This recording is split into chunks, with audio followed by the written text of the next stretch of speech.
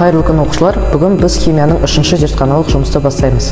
Зертханалық жұмыстың тақырыбы химиялық реакциялардың белгілері.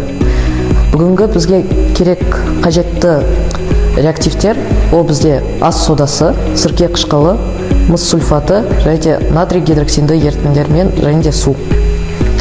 Бізге қазір керегі, ол бізге сірке қышқылы мен ас содасы. Қазір мен осы таза қасықты алып, осы ас содасын шарикке құям.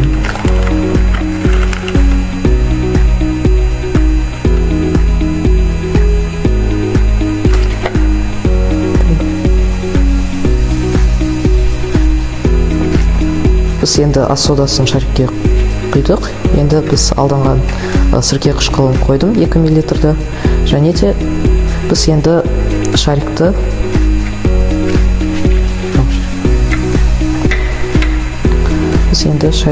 осы сынапқа қойғызамыз.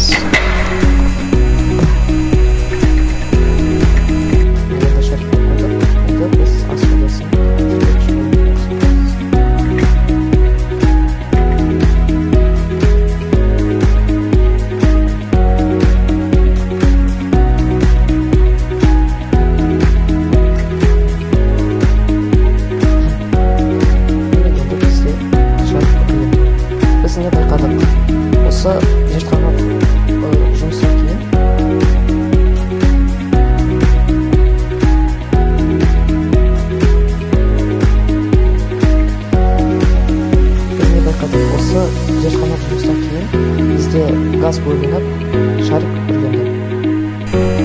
Енді 3-ші зертханалық жұмысымыздың 3-ші тәжірибесі.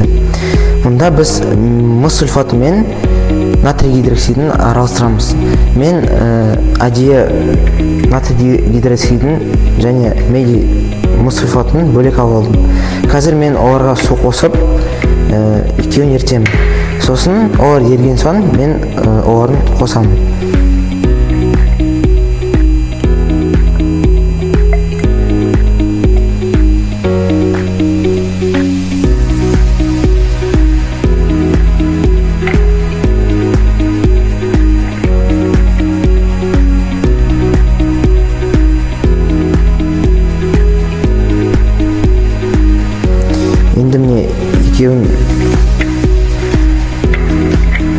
Енді мен осы таяқшамен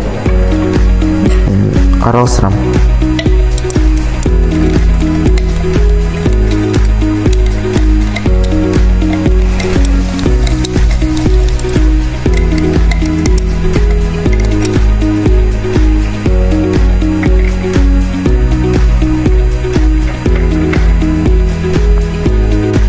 Енді мен тамшумен натрий гидроксидін қосам, ал мыс сульфатын мен осы күйінде құйып қоса берем.